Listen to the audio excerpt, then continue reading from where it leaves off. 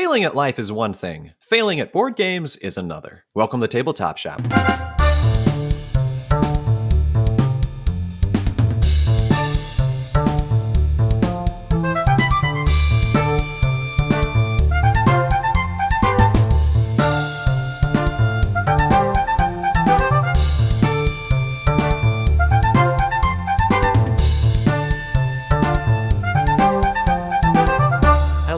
Welcome back to the Tabletop Shop podcast. I am one of your co-hosts, Mr. Nate Clark, and seated still, because he hasn't come and visited me yet, still halfway across the world is your other co-host, Mr. Cody Pennington. Nate, here's the deal. You just haven't come back to the U.S., so it's really your fault. To be fair, the U.S. isn't letting my wife back yet. That's what the problem is here. That's right. So, well, I mean, don't tell her I said this, but you can just leave her in Germany. Just come on over here. She'll get around to it, I'm sure. From a certain perspective, I could do that. From another perspective, I feel like that's not an option at all. I respect that. That's a good choice, man. Oh, well, it has been actually a decent while since we've recorded one of these standard episodes. And I'm guessing that you have a slew of... Does slew have a negative connotation? Not in my mind. Unless it's the past tense of slay, then it probably does. Have slown. No, slew. Like you slew someone with a sword. Slayed. Or slayed. Wait, is it slayed or slew? Sloon. No, that's... How many enemies have you slewn? Slain. Oh, no, there's 3. Okay. I'm guessing you have a lot of, I don't know, interesting new games to... I'm maybe setting the bar a little high here, or maybe. I don't know. Do you have many new games to talk about this week? I do have a couple. Here's the thing. I actually had just a large list of games in general, and I decided to pare it down because, Nate, here's the thing. I feel like we spend increasingly way too much time just talking about games we played recently, and I don't think our audience really cares that much. I feel like I more or less agree with that sentiment. You know, as long as I feel like it's okay to spend a little more time if it's a game that we haven't played before or hasn't been mentioned. But I feel like also, you know, if it's something we've mentioned over and over again, we don't need to explain how that game works every episode. Yeah. Like, people can go back and listen to other episodes. Exactly. It's an incentive to go check out the rest of our content. All right. Well, Cody, why don't you set the pace and start us off? Interesting. Okay. Why are you making me start? Because normally you start. So is there, do you have some sort of top-notch game you're ready to drop on me soon? Unfortunately, not necessarily. But okay. because you said you want to change how you talk about your games. So I want you to set the pace so I know how to match it. Ah, I see. Well, it's not really I want to change how I talk about my games. I just want to don't change want to. how long I spend on my games. All right. Let's hit it off. I'm timing you. Okay. Nidavellir. I played Nidavellir, Nate, but do you know what's exciting about that? Thingavalier. Dude, Nidavellir is on your to-get list. I've looked at it. It's not really, though. It's like almost as far down as it could be. But it's still there. It's like if there were very few other games in the world, I would consider getting it. Okay, well, you should get it anyway because it's great. And it actually is quite a lot more fun with the expansions. Yes, I got Thingvellir and Idavul. Got both of those. Terrible names. What are all these names? Well, it's all like a Norse mythology stuff is what it's based in. Okay. So to me, just Thingavalier just is like... It's a Thingavalier to behold. I'm not trying to do a disservice to like ancient Nordic scripts or whatever, but sure, yeah. I don't know. All these rule books have like a decent amount of lore that they get into and explain what's going on, and I don't really remember. Isn't this one of those stupid rule books where it calls it doesn't call the players players, it calls them by some other stupid name? In Elveland. So stupid. That's one of the stupidest things I've ever encountered in a board game rule book. Let's look up what an Elveland is. We're off to a great start, by the way, by trying to keep your minutes down on your... Exactly. Yeah. It did not yield an immediate result other than just within the game. So I'm going to stop even looking now. Let's continue. Well, here's the deal. Here's what the game does, or at least some of the expansions. One of the expansions switches out for the first couple of rounds what the middle in tavern of cards are, and it replaces them with just more interesting, there's Norse gods and Norse mythological creature things that you can acquire, and they function very differently or offer different styles of gameplay, which is something just the base game of Nidavellir needs. Mm-hmm. That's the Idavol expansion, I think. The Thingvellir expansion adds this like additional inn where on your turn, only the player who made the highest bid on a given, I don't remember if it's an inn or a tavern, whatever the spot is where there are a certain number of dwarves to pick from, they can choose to instead ignore picking a dwarf from the current tavern and then take a dwarf or a card from the additional camp. And the additional camp has these like some of them are multi-attribute. Like it'll be like a purple and a green banner, and then you can choose when you get to the scoring section of the game which one you want them to count as. Or no, you can choose which category they go into when you acquire them. But it's just kind of cool that it gives you a lot more flexibility, and long-term planning. It's funny that you said you feel like it's good that more special cards were added into this game because you thought it needed it. Yeah. This game has a ton of special cards, but there's only a few of them get used every game, like the base game. Ton of special cards, like all the cards that you can get in between the phases or whatever. You mean like the heroes, like those special dudes? Oh yeah. Well, this game does add more of those, but no, I'm talking about it adds more interesting cards you can get without needing to like have a complete set. Right. So it kind of adds some more flexibility. All right. Well, what else? Yeah. You're already done? You don't care about Nidavellir anymore? Man, I don't know. I don't know. I do still want to play it with the expansions. I'm still sticking by that. Like I said, it's not quite the same. I mentioned this to you in private, but I mean, that sounds different. No. Let me rephrase that. I'm going to restart. like I mentioned to you outside of the podcast before, I feel like the expansions for Nidavellir have close to the same effect as the expansions for Champions of Midgard add to the game. There's like that much of an increase of strategy change, of intrigue. It's maybe not 100% the same, but it's pretty close. That's not saying much with Nidavellir because there's not much in the game to begin with. You just draft cards. Well, but it's a great platform to build off of. It is. That's true. That's true. Yeah. Okay. But enough about that. We're going too long. I played like Wingspan. 3 minutes. Yay, Wingspan. Nobody cares. No. I play it a lot. I played Radlands, and I was a little bit disappointed by that because this is like a 174 or something on the Geek, 129. I forget what it is. It's 100 something. And it really just functions like, you remember Legend of the Five Rings, the card game? In name only. That's like the first game we ever played together, dude. I don't remember that game. Same concept, basically, where it's 1v1. You have like a certain number of camps set up, and then you're just throwing down people in front of the camps to protect them. And it's the first person to like destroy the other person's number of camps wins. And it has like a couple moderately unique concepts in there, but that's really all it breaks down to. And I really don't like that style of game because I just thought it was going to be more interesting. And Kirsten really doesn't like that style of game. So we'll probably just good call. We'll probably just sell it here soon. You know, honestly, I was wondering. I had two things to say. One is that I was surprised you bought this because it is a head-to-head game and you don't necessarily like conflict in games. So I was surprised you bought it for that reason. Yeah. Also, why play this when you can just play Kung Feud, man? Kung Feud doesn't have as cool art as Radlands had. That is questionable. I don't know if I agree. There you go. Oh, you like the art in Kung Feud? The copyrighted images I just pulled off of Google to throw and everything? It's amazing. Well, maybe someday Kung Feud will have a BGG entry and then it will be more worthy. But let's keep this moving. Radlands, played King Domino, played Quacks. All those we've talked about plenty of times before. Cartographers. Nate, I bought Cartographers recently. Okay. And I enjoyed that. That was a fun game. I'm glad to hear surprised. It. Yeah, I was surprised at like how much thinking you actually have to put into the decision-making process. And because you know when everything is going to score. Like the first round, A, B, and are going to score. And then it's B and C, and then C and D, and then D and A. And it's like you feel like you have a good grasp. And then you realize that you were basically banking on one of the cards scoring like 3 times, and then you forgot that each card is only going to score 2 times over the course of the game.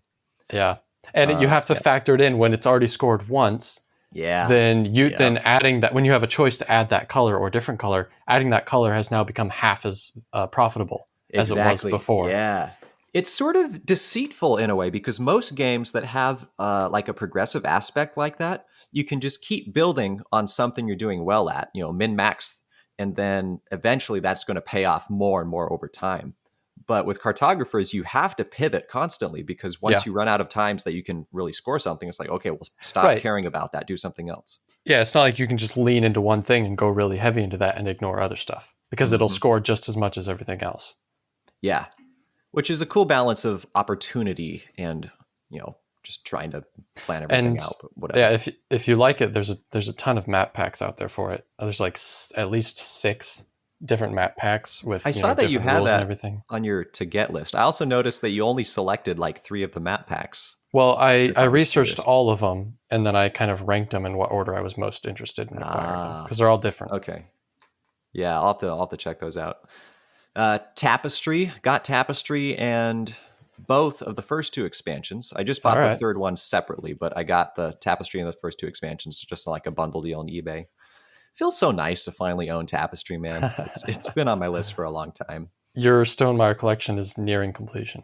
It is, except I really have no interest in like Pendulum or Red Rising or Charterstone. I'm actually interested in Charterstone, but I keep forgetting about it. So who knows when I'll actually get it? I don't think anybody's interested in Red Rising. I saw it for sale for like $12 the other day. Seriously? Yeah, wow. Man. Oh, you need to get Rolling Realms though. Rolling Realms, what's that? Yeah, we talked about it on the Stigmaier episode. Look into it. Yeah, just look it up. All right. I'm sure that was really compelling content since I can't remember it. Anyway, capping it all off with good old Dune Imperium. Also got that. Yeah, don't have any of the expansions yet. But that's right. There's a lot to be had in the base. Except for the dang House Hagal. Hate playing with when you're doing a 2-player game, you have to play with like the 3rd player. Kirsten and I finally decided to just throw it out and just do 2-player. I cannot believe that they did not create a 2-sided board. I get it would have been a lot of work to create a 2-sided board that's optimized for just a 2-player game, but I hate automated factions in games like that where you need to be able to predict the other person's movements. I hate it. It's despicable. Flip a card and all of a sudden they have 6 swords that they added to the combat. Yeah, I know. Well, it's just that's great. And that's, to be fair, that's a little like you don't know, like with the intrigue cards that other people have, you don't know what they have. That's but true. you know how many intrigue cards. If they have no intrigue cards, then you know that they're not going to ambush you with anything. Exactly. Yeah, it's predictable. Well, to an extent. But beyond that, love the game. I think I mentioned this when we were going over like our new like games that boosted up a whole bunch over the past year. And this is one of the games that definitely went a lot higher in my top 100 list, like over the year. Cool. Because it's fun and it looks nice. And there's so much depth of play. Definitely. There's so many things. There's so many reasons to come back to it and again. So many different ways to approach it. All right. I'll go through the humdrum real quickly here. Okay. Played Dominion a million times since the last time we talked. Played Seven Wonders Duel a few more times. Machikoro, Cartographers, like you mentioned. Even got to play a Scythe Digital in. I must have been really hard up for something to do. Actually, I got Sagrada back to the table also, which I talked about, I don't know, a handful of episodes ago. Interesting little just dice drafting game. Yeah, and then ones that have not been mentioned. I'll start with the most boring, which is French Tarot, which is just it's not quite a deck of cards card game. It's a little bit more specific, but it's this interesting concept where it works best with 5 people, and it's a trick taking game. And the person, when all the cards are dealt, the person who thinks they have the best hand will kind of volunteer themselves to be on one team. And they name a card, usually the best card that they don't have. And whoever owns that card is now on that other person's team. So it's 2 versus 3. The thing is, the person who named the card doesn't know who owns the card. But the person who owns the card knows, okay, now I'm on that person's team. So it's this hidden team, but it's a trick-taking game with teams, but you don't only one person knows what all the team members are exactly, and the other people don't. And so while you're playing and taking tricks, you're trying to figure out who's on my team and who's not on my team. It's an interesting concept. And there's lots of different iterations of that. But yeah, I learned that from some French people.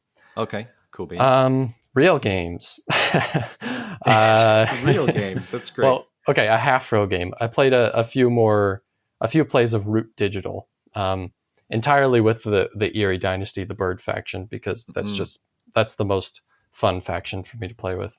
Have you and Kirsten gotten to the table? No, we still haven't.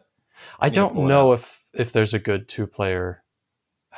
I don't know if there's a good 2-player setup. I think I told you there was, and I'm not sure. You'll just have to look in the rule book and see. Okay. I know you can get the Clockwork expansion, which adds a fake player. Yeah. Anyways, great game, and the Eerie Dynasty is by far the best, most interesting faction to play as, I think. Okay. Okay, and I also played Arboretum, which is that one game that always looks cool, and then I click on it, and then I always remember, oh, this is just a stupid numbered card game, and then I always click away. Cody, you would hate this game because, well, it's kind of puzzly, which is the fun part, but there's so much. It's basically 50% hate drafting. The game is just drafting cards and placing them in a formation and trying to score points in kind of interesting ways, depending on what the patterns and numbers are that you place down. But it's just how well can you hate draft, basically. So yeah, that's basically that game. Has pretty art. That is not what I imagine when you look at the cover of the game. Yeah, right. Deceptively sit together under this beautiful tree and hate draft. Deceptively bucolic. Yeah. All right, and then I played Deus. Yeah.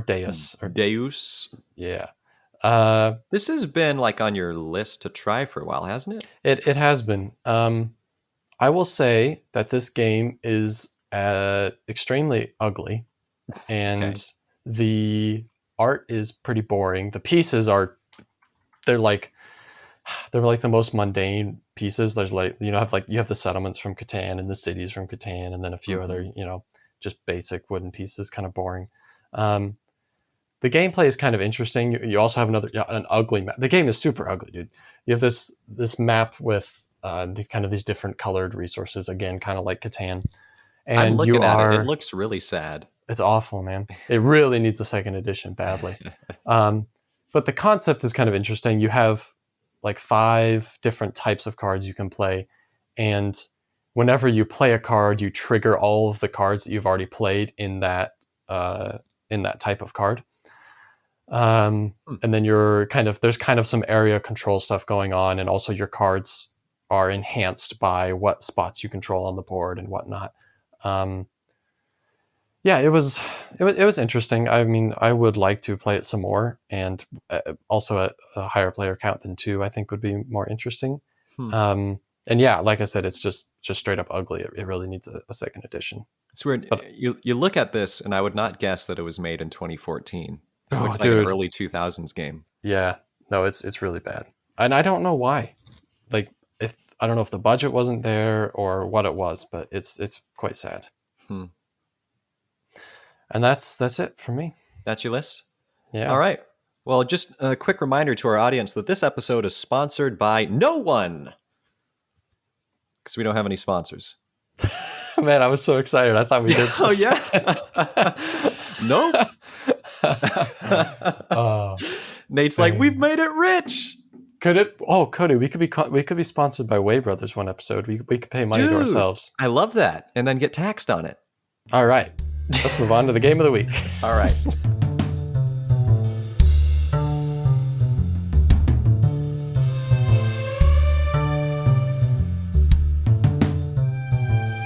Okay.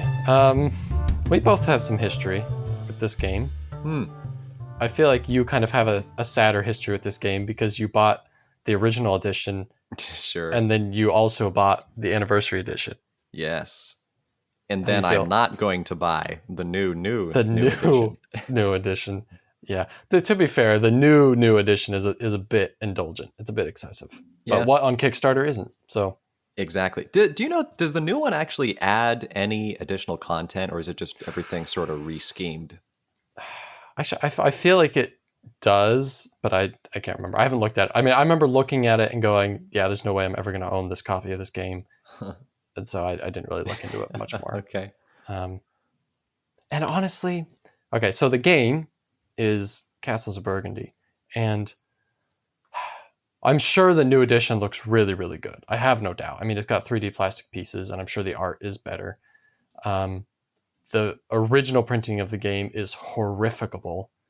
The confusing anniversary edition of the game it's still kind of, there's a lot of colors and there's a lot of busyness, but it looks a lot better than the other version. And I'm sure, like I said, the newest version looks even more better than the middle edition did to the first edition, if that makes any sense. Well, the anniversary edition took off the little black hexagons from the pieces that identify them as like the center market pieces.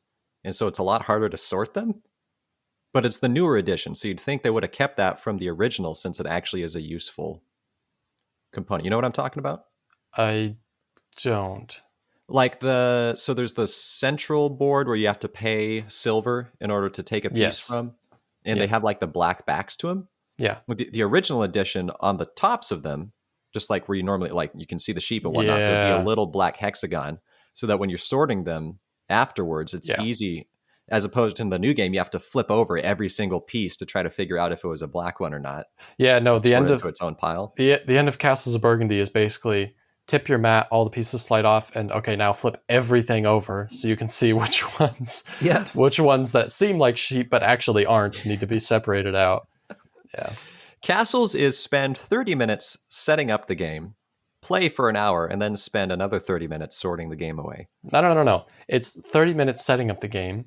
Mm-hmm. Play for 20 minutes, upkeep 3 minutes. Play for 20 minutes, upkeep 3 minutes. There's that too.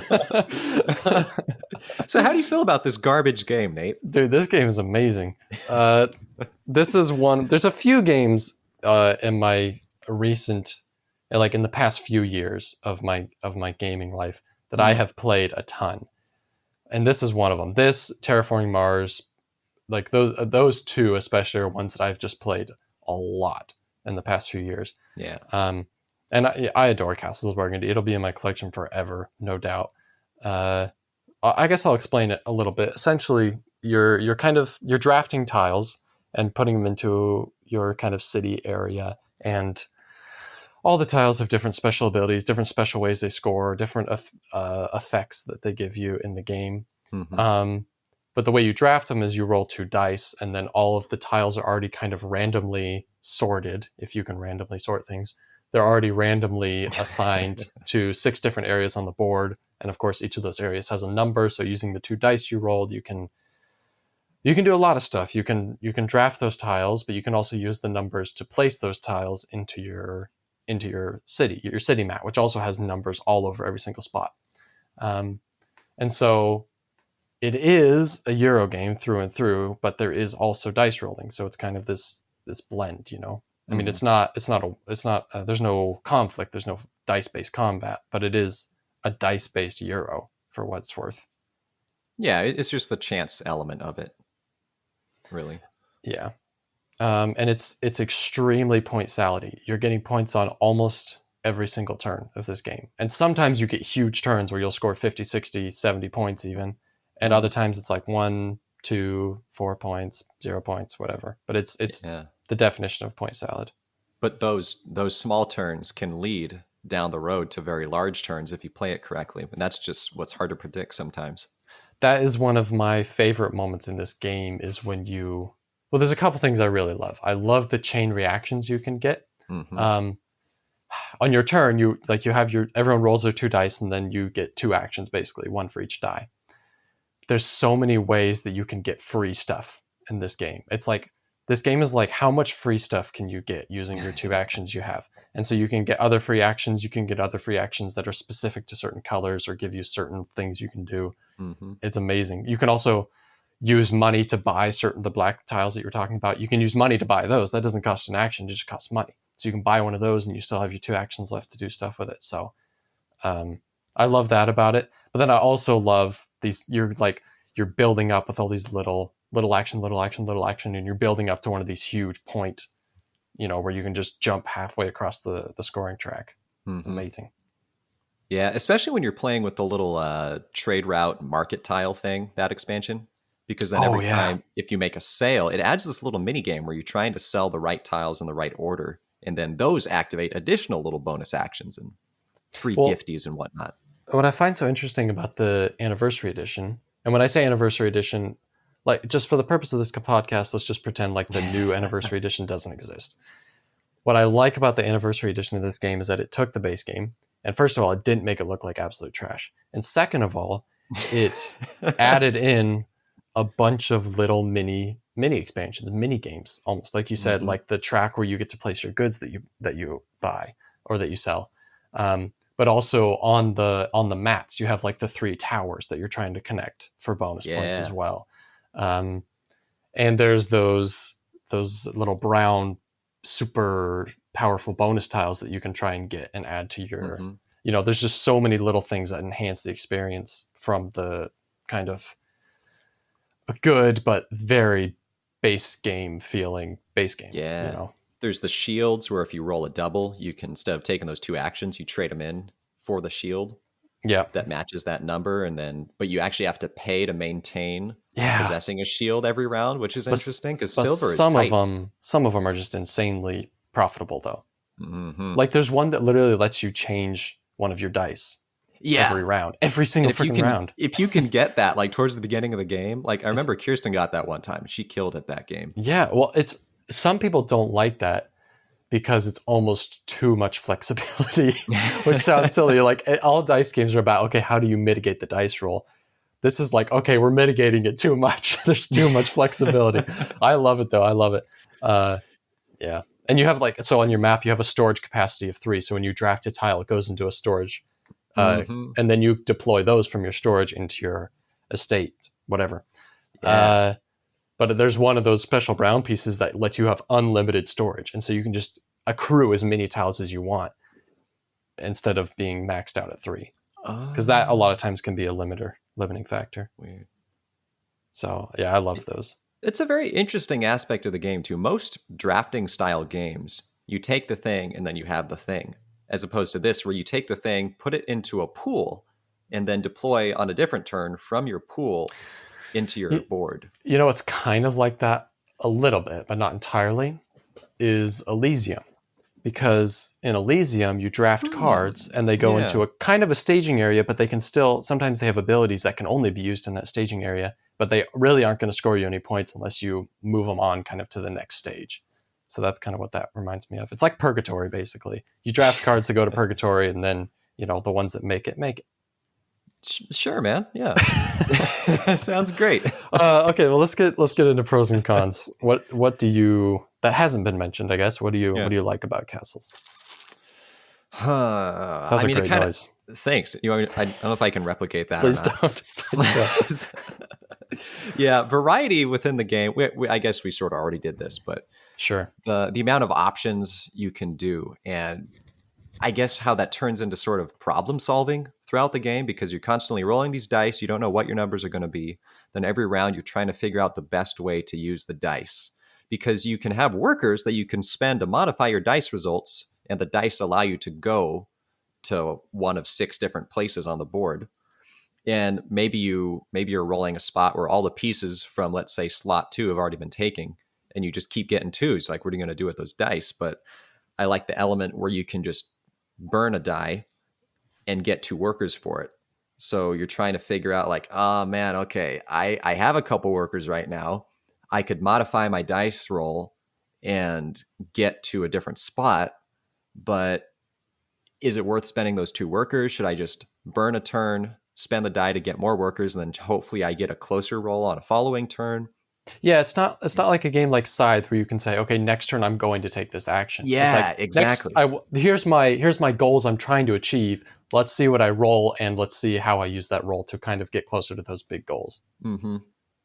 It's sort of like battling chance and ruling your own destiny, I suppose. It really is. It's like, okay, here's what chance gave me. How do I use that to the best of my ability? Really? Yeah, exactly. So overall, that scheme is probably one of my favorite things about the game. I do love, if we're specifically talking about the the not the latest anniversary edition, but what up until this point has been known as the anniversary edition, all the little mini games, all the mini expansions, because it's a modular expansion system, so you can play whatever combo you want, and it's definitely a bump up over the original game, with how many ways it lets you more creatively solve problems. I've got to say, I've always played with all of them. Oh, really? Yeah. Also, because I may have too, actually. The reason is when I got the game, I didn't really know that there were all these little modular expansions. It was just like we just introduced everything at the same time. So that's kind of how it's always been, Sure. I'll tell you what I hate about the game is all the setup and takedown and the maintenance. Yeah, man. It's like, okay, you took a couple turns. That's nice. We need you to wipe off everything off the board, deploy some new tiles, move this track along. Yeah. Try to remember where you're at. Yeah. I mean, that's really the main thing I dislike about it, though. Other than it still definitely is a Euro game in visual appeal. Like even the anniversary one? Even the anniversary. The anniversary is better because they kind of refined their color palette a little bit. It actually has a color palette. It's sure. Dude, the original Castles of Burgundy, the original one looks like it was like sitting in the sun for a year. It really does, though. It's just so devoid of all color. And even the pieces that are supposed to be yellow, they're like nearly the same shade of like chartreuse green. Dude, they're like puke green stuff. Oh, it's awful. I don't know if you really puke green, though. But it's just like that. It's a color. Let's not discuss that over the podcast. Maybe olive green. Yeah, sure. All right. Avocado green. Okay. Well, obviously, a lot of what you said about what you like is similar to myself. I like that there's so many possibilities when you roll the dice. Of course, you can use workers to change the dice, but you can draft things, you can place things, you can sell things. There's a lot of different things you can do. It's not like Black Angel, for example, where here's your dice and there's only one thing you can do with them, really. Which is why in Black Angel you can steal the other people's dice because, like, yeah. Also, I like that there's so much variability in this game. There's so many tokens, and you only see like half of them through the course of one game. A lot of the tiles never come into the game. I like that. And there's so many maps, too, in the Anniversary Edition. There's a ton of different maps you can play with that have different layouts, which is important because that's one of the ways you score is by completing groups of the same type of color. And so the layout of all of those colors and the size of the groups that they're in really affects how you play your game. Yeah. I think the Anniversary Edition looks really good, especially if you compare it to the base game. And it has lots of extra content. I think all the mini stuff they added in is just phenomenal. The cover, like the box, actually looks nice. Oh, it's beautiful. Instead of the other one, where it's like the same pattern that Aaliyah uses, or Ravensburg, whichever one it is, for like all their games. It's like a frame with a really bad picture in it. And they're still doing it, man. Like, I don't know if they're still currently doing it, but like, Broom Service was 2015. That one had that still. Carpe Diem is like 2018. Really? I think that one still has the same style, if I'm not mistaken. Like, it's like, man, come on, keep up with the times. Anyways. I mean, invest $10 into a graphic designer. Negatives, obviously, I won't, beat a dead horse here, but the setup, the takedown, and the upkeep is all just despicably bad. But it's still worth it. Like I said, I've played the game a million times, The base game is ugly, ugly, ugly. And despite mitigation possibilities, the dice can still burn you. Like, oh yeah, definitely. There have been times where I've played games where I was like, okay, the only thing that won't help me, if you're like looking at your workers, you're like, the only thing I can't roll is a 2 or a 4 or whatever, and of course you're praying to the dice gods, like, please don't roll a 6. Yeah. So even in Castles of Burgundy, where there's a million things you can do with your dice, and you have modifiers, you can still get burned. But overall, love the game. I hear that, bro. I don't know. Is there anything else we need to say? Castles of Burgundy got a sequel, Castles of Tuscany, right? Yeah, I mean, it's like it's definitely, I don't know what you would call it, because they're very, very different games. I've looked into Tuscany and it doesn't really interest me, but it's definitely not like it's it's not even taking the concepts really from Castles of Burgundy. They're just different games, really, I think. Yeah. I'm looking forward to Castles of Mahogany, personally. I'm guessing that's a joke. I guess not. Never mind. I don't know what Burgundy... Obviously, Tuscany is a place. I don't know actually what Burgundy is a reference to. Burgundy is a place like near France, I believe. Okay. Let me look this up. Burgundy. No, not the color. Here we go, Nate. It is a historical region in East Central France. It is famous for its Burgundy wines. East. Yeah. Central. East Central. What does that mean? Does that mean like it's on the east border in the middle? It's like, it's like to the side, but not quite to the side. And it's in the middle, but not quite to the middle. So it's like so it's not between those. It's not all the way to the east of France. I don't know. I'm just interpreting that odd. Okay. I'm just trying to figure out if I've been there or not, basically. Okay. You ready to move on to our very interesting, exciting list? Yes, but first I have a business offer for you, Nate. Well, okay, on the yeah. So how can I say no? Well, I mean, you still can say no. Like, let me give you the offer first before turning me Cody, down, man. How can I? How can I? I don't know what to say to that. I'm just going to move on with my life. So you are, of course, aware that I was a recipient of a second place $10 gift card for the Boardlandia March Madness bracket thing. How would I be aware of that? You didn't tell me. Oh, I mean, you saw. We were tracking the whole time. Well, but the 10... Oh, you did get second place. Oh, okay. Did I not tell you that? Okay, wait, so... Sorry. I did officially receive the gift card. Because we weren't sure, because there were like a handful of people that got perfect brackets, and so we weren't sure. All right. I guess I thought it was enough of an assumption. I forgot that. I guess I didn't actually tell you. Nate, I have a $10 gift card to Boardlandia. I'm perfectly aware of that, Cody. Excellent. So here's my offer to you. I will sell it to you for $9. Not planning on shopping at Boardlandia anytime soon. Maybe. I just thought hey, it's a good business deal for you. Is it? That is an 11.11% increase. If I buy from Boardlandia, but I tend to frequent Game Nerds more. But maybe you need a switch and start doing Boardlandia. And maybe, hey, remember earlier when I said this episode is not sponsored by anybody? Boardlandia, throw us something. We're helping you out here. Are we? Although I would recommend next spring for anybody who's listening to join in the Boardlandia March matchup, I guess is what they called it. Yeah, where they do the NCAA style bracket, head-to-head bracket with all their most popular games that came through their warehouse or whatever. It was fun. Good time. It was pretty fun. Congratulations, Cody. Hey, thanks, man. Was this the first time you heard of it? No, I had never noticed anything about it before. Oh, okay. All right. Well, yeah. On to business. I'm excited for our board banter this week. Oh, man. This has been a topic that I wrote down as an idea like a long time ago. I think actually back in Way Brothers days, it was going to be a board banter video we were going to do. It was. Yeah. And what we decided is that we hadn't really made enough mistakes yet. Like there wasn't enough content to pick from. And so we decided to, push it on. So this is we're doing a top 5, right? Yeah, man. Okay. Our top 5 game rule fails. So times in which we misread or misinterpreted rules and they had, I don't know if negative effects necessarily, but we were playing the game wrong, basically. And these are our most embarrassing moments. Yeah, I think you should have a pretty solid list because every time I buy a game that I only learned from you, I reread through the rulebook to try to find the places that you learned it wrong. Did you struggle with coming up with a top 5 list for yourself? Were you tempted to just make a top list for me? I should have. I used to keep track of that, and then I lost the list somewhere. So I'll leave you to figure that out.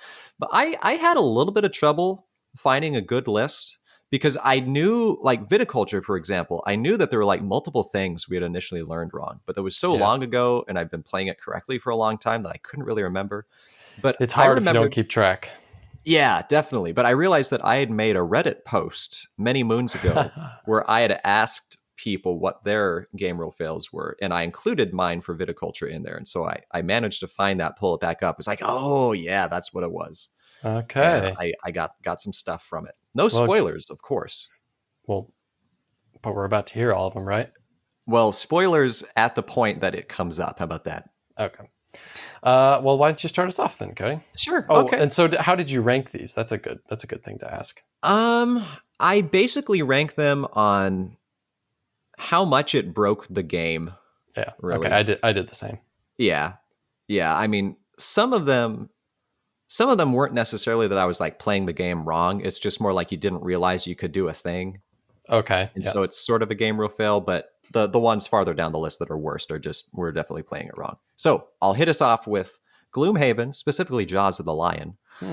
I constantly forget, and Kirsten and I forgot for like the majority of the Jaws of the Lion campaign, that you can always sacrifice and burn a card from your hand to negate all damage and effects of an attack.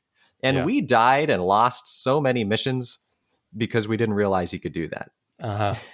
Yeah. And I made it number 5 because you don't have to do that. It's not like we were playing the game incorrectly. We didn't realize and forgot that was a thing you could do. It's a very useful option when you suffer a very brutal attack. Yeah, faux show. Especially towards the end when it doesn't really matter as much. Like if you're sacrificing a card, like it's just going to lose you 1 turn, not like 5 turns over the course of the game. That was something we experienced in because we didn't get all the way through the Gloomhaven campaign, but we did quite a bit of it. But it was broken up. It wasn't like we did it over the course of a couple months. It was like over the course of a couple, I don't even know, maybe years. Wow. And so it was like whenever we kind of pulled it back out and came back to it, it was like that was one of the things that at some point someone in the game would be like, oh yeah, I forgot we can do this. It's one of those things you kind of tend to forget. So I hear you. Sure. Well, what's your number 5? My number 5 is a tapestry rule fail. Ooh, okay. In Tapestry... Ooh, I can guess, but I'll let you go ahead. Yeah, in Tapestry, you have these 4 kind of starting hexes, and you have 2 towers that go on the board, and they're supposed to share the middle space. I misread a rule or didn't realize that, and we always played that you just took your 2 towers and put them anywhere on the 4 islands, which really isn't that big of a deal. That's why it's number 5. Except one time we were playing the game, and in Tapestry, one space on the board can only hold 2 tokens, which means if you're starting the game with 2 of your own towers in one spot, you can never lose that spot. You can never be wiped out completely from the board. And one time, we were playing a game, and somebody got completely wiped out. All their towers got taken out, and they were like, how can I place towers? Because towers have to go adjacent to other towers. And I control no territory. I can't place like tokens out anymore. Nothing. Wow. We didn't even check the rules. We're like, yeah, I guess it sucks. You should have defended better. And then I think it was playing with you where you mentioned, like, don't we start with towers together? Yeah. So. Okay, give me a stat real quick. Of your 5 worst game rule fails on your list right here, how many of them did I tell you were playing wrong? Oh, that one. 1, 2, 3. Keep going. Yeah. 4. 4 out of 5. And the other one, I don't know how I think the other one, it was when I was teaching you the game and I noticed it in the rule book and I was like, oh shoot, I've been playing that wrong. Nate, you would be a much more dishonest gamer without me. I'd be a much more ignorant gamer. Let's put it that way. All right. That's a good one. That actually was my guess. As soon as you said Tapestry, that's what it would be. All right. Well, not my number 4. This might actually be on your list because you learned this game for us, even though I possess the game. Like you watched the video and then taught us. I think I know what it is, but go ahead. It's your fault. It's Royals. And it's the fact that dead nobles do, in fact, count towards earning a country bonus, which is in each country. There's multiple cities. Yeah. What? Well, I was just going to say, first of all, I don't remember anything about how that game works, and I certainly don't remember the terminology. So what you just said means nothing to me. Okay. For you and probably all the rest of our audience who's never played Royals before, which it is a Dice Tower essential, so it has some notoriety to it. There's multiple countries. There's like England, France, Germany, Spain, I think are the 4 countries. Maybe Russia was in there too. And within each country, there are like 4 or 5, maybe 6 different cities that you can put a noble, like a cube, down to have influence in that area. And as soon as you have a cube down in like all of the cities of a given country, you earn a country bonus, which is just like one little token. Like you get 5 or 6 points or something, depending on the country. And how you had taught us, Nate, which was wrong, was I blame the video. if someone gets ousted, so if you assassinate my noble and he dies, they move into the cathedral, which is next to every city. But we had played that if a noble was dead, they no longer counted towards possession of that city for the country bonus. But the rules very explicitly say they do still count towards that bonus. Listen, you say very explicitly, but I feel like we spent a lot of time poring over the rule book when that came up and we were trying to figure out. Yeah.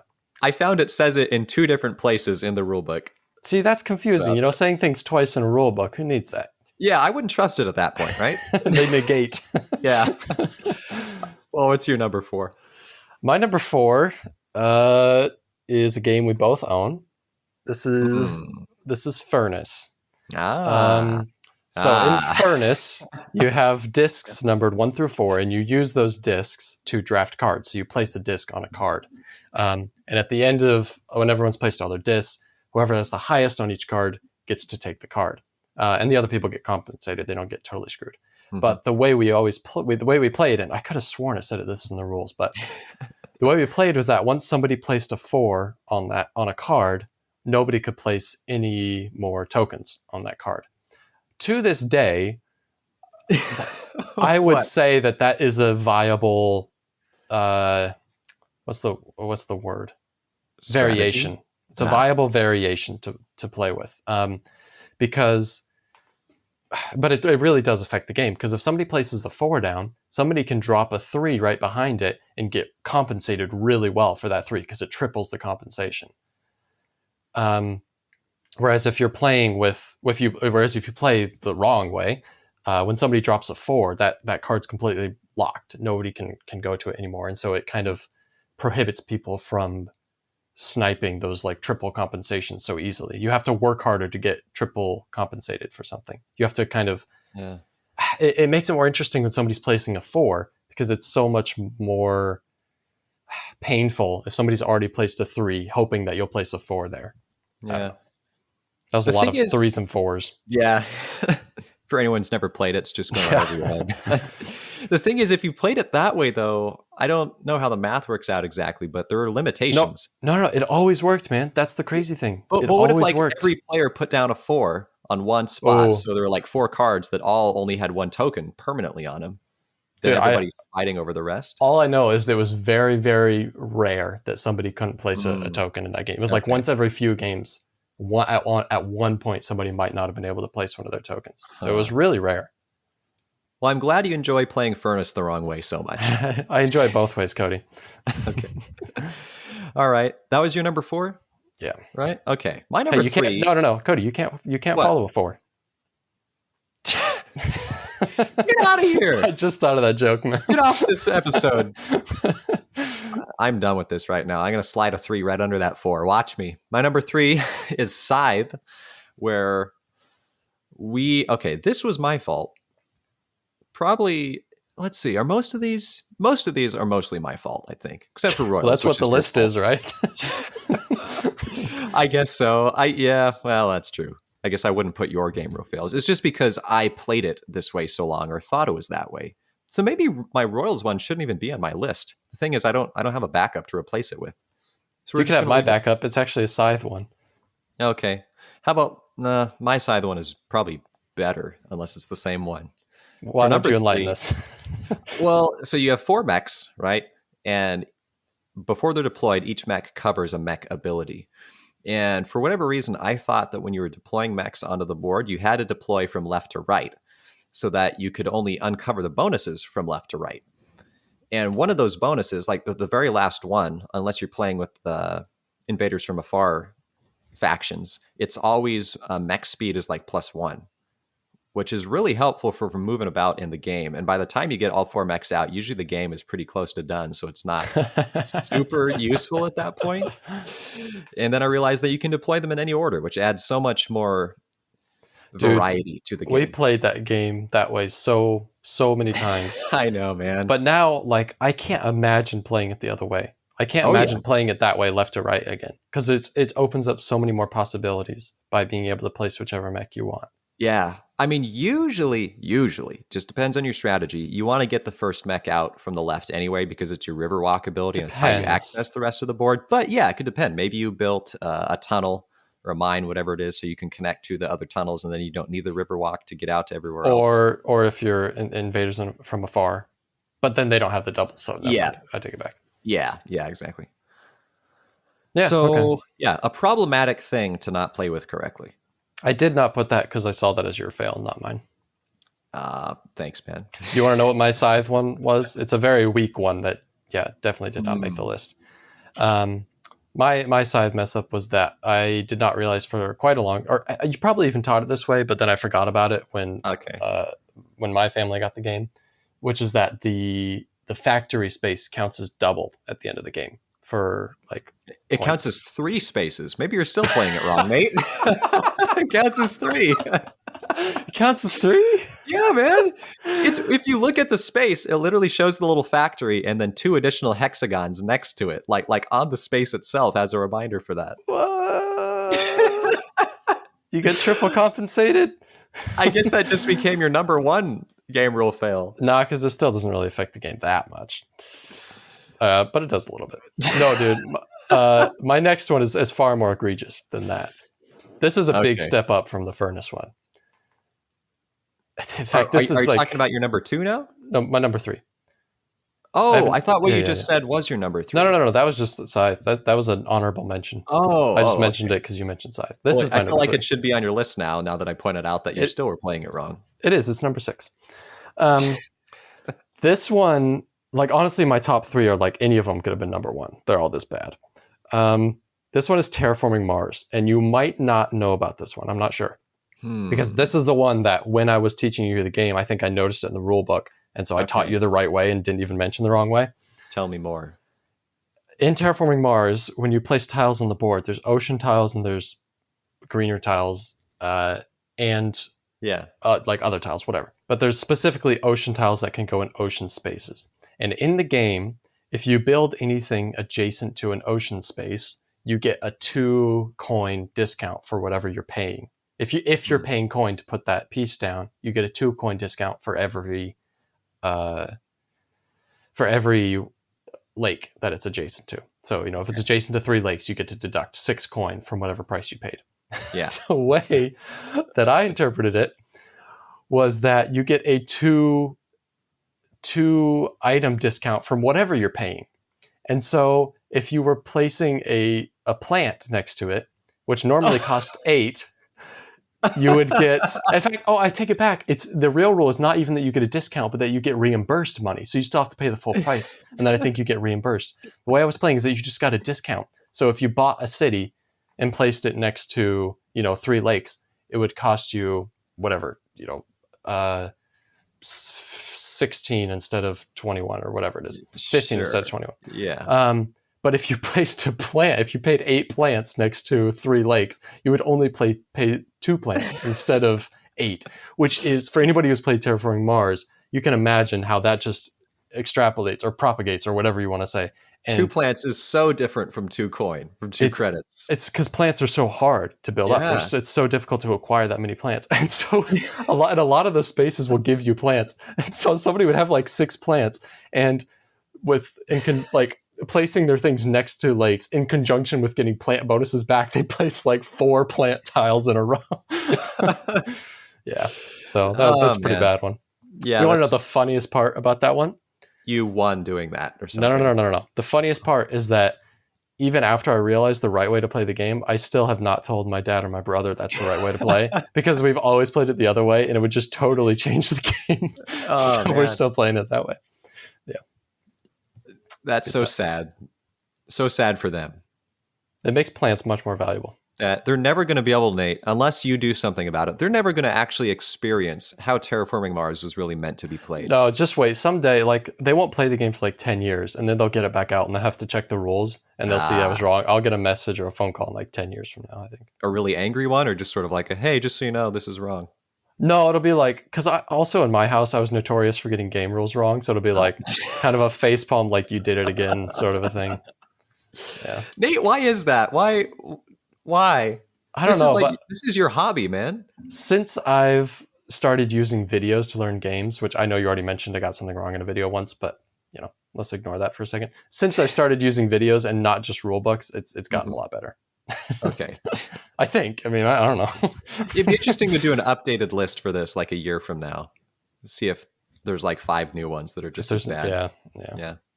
So my number 2, and this is getting into the realm of not as much minor mistake, but sort of like game-breaking rule mistakes.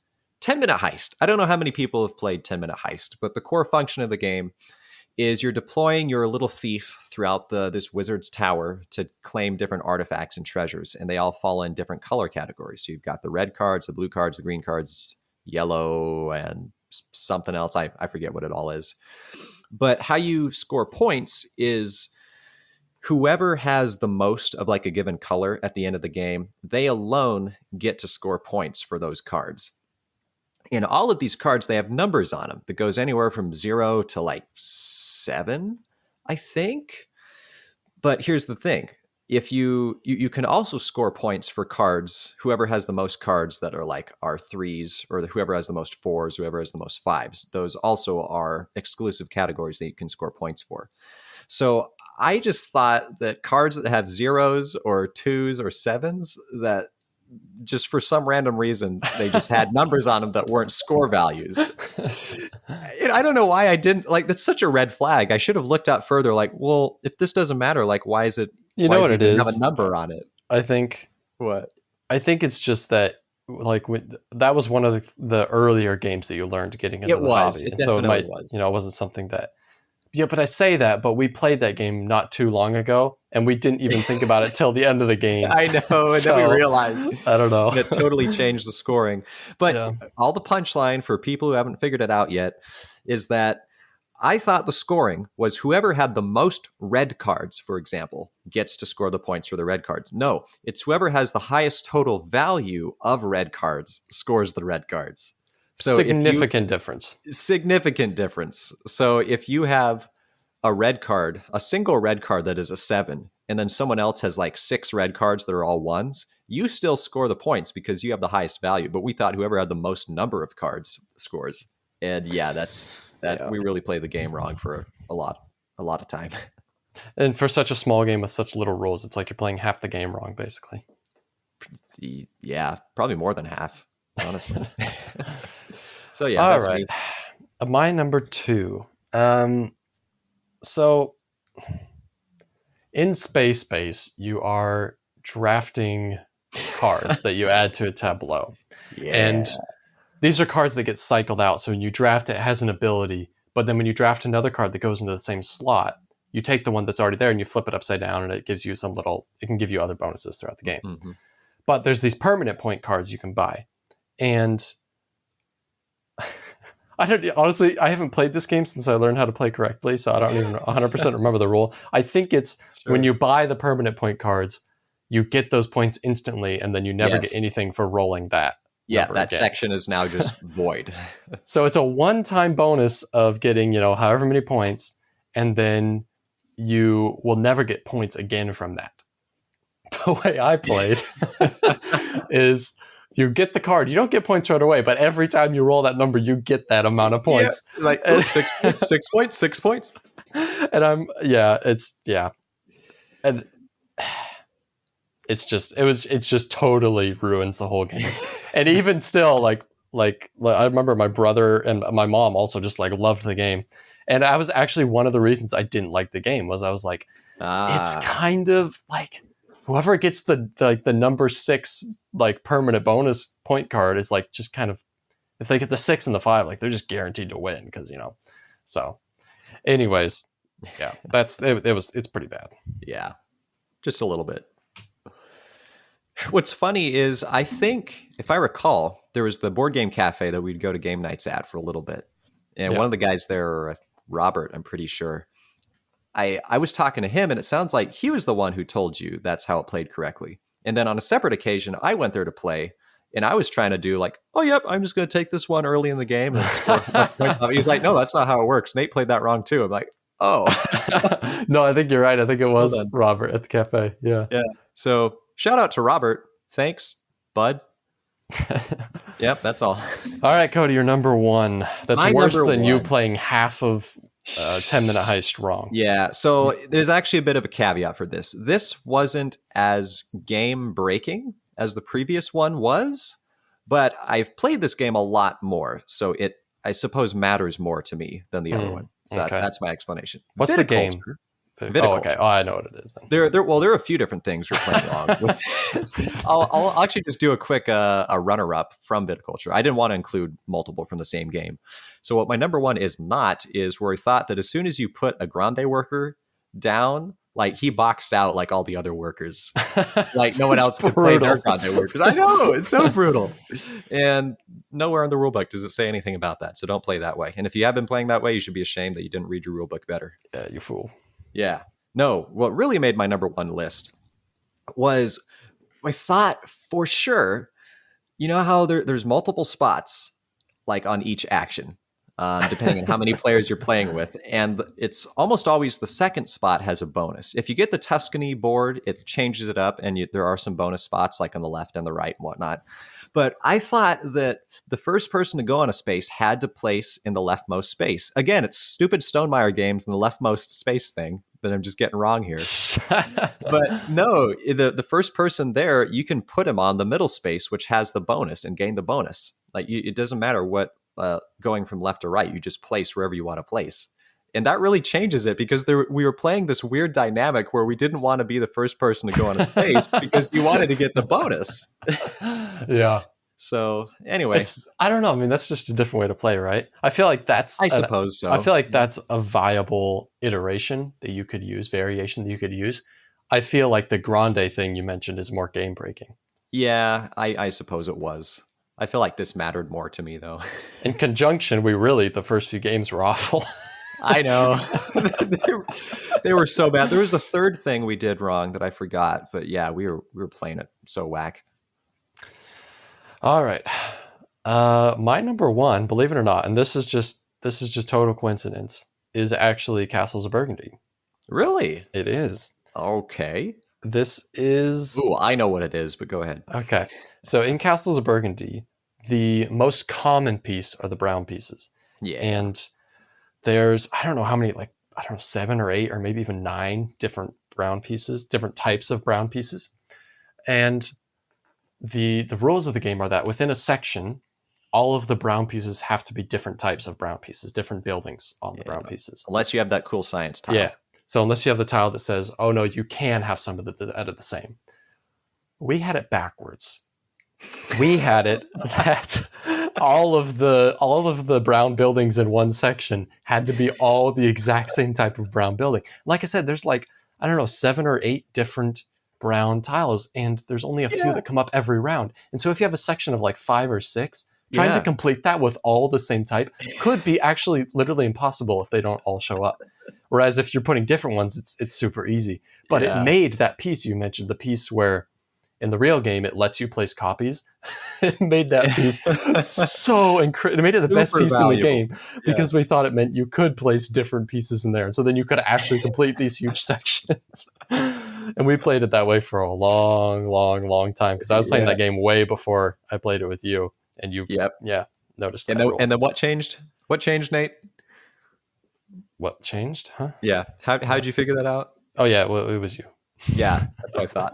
That's what I was saying. I played that game so many times before, you found that rule that I think I've still played it wrong more often than I've played it right, even though we play it right now. Yeah. So interesting. Yeah. Well, that was a fun list for sure to make. Yeah, it really was. It's some benefit to all the mistakes we've made. Yeah, it's fun to laugh at one's shortcomings in the gaming world. To anybody listening, I would would love to hear game embarrassing game rule fails that you have undergone, whether it's rules like mistakes you made or that somebody else made that you discovered.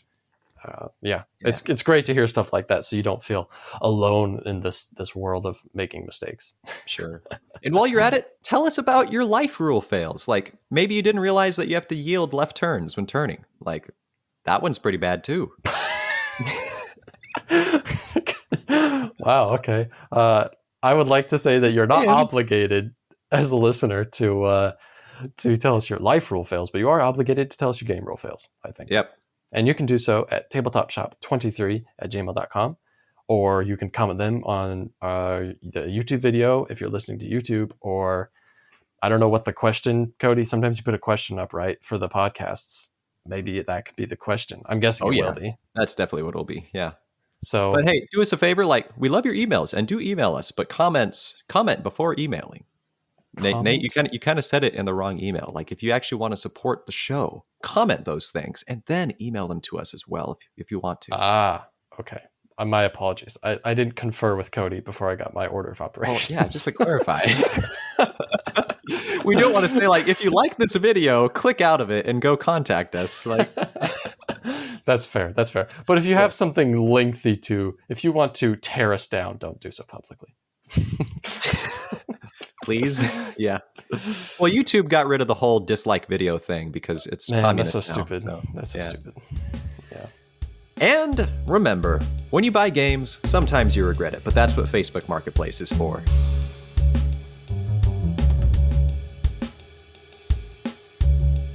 Hey folks, it's been fun. Thanks for listening. We kind of already said all the outro stuff earlier. We did a good job. I kept Nate in check. Whatever he was trying to say. I don't even know why we have this outro. Is it just so you can play that fancy music? It's so that people can feel like they're getting a second opportunity to hear from us just for a moment. And then we kind of like fade away. Like Nate, fade away with me.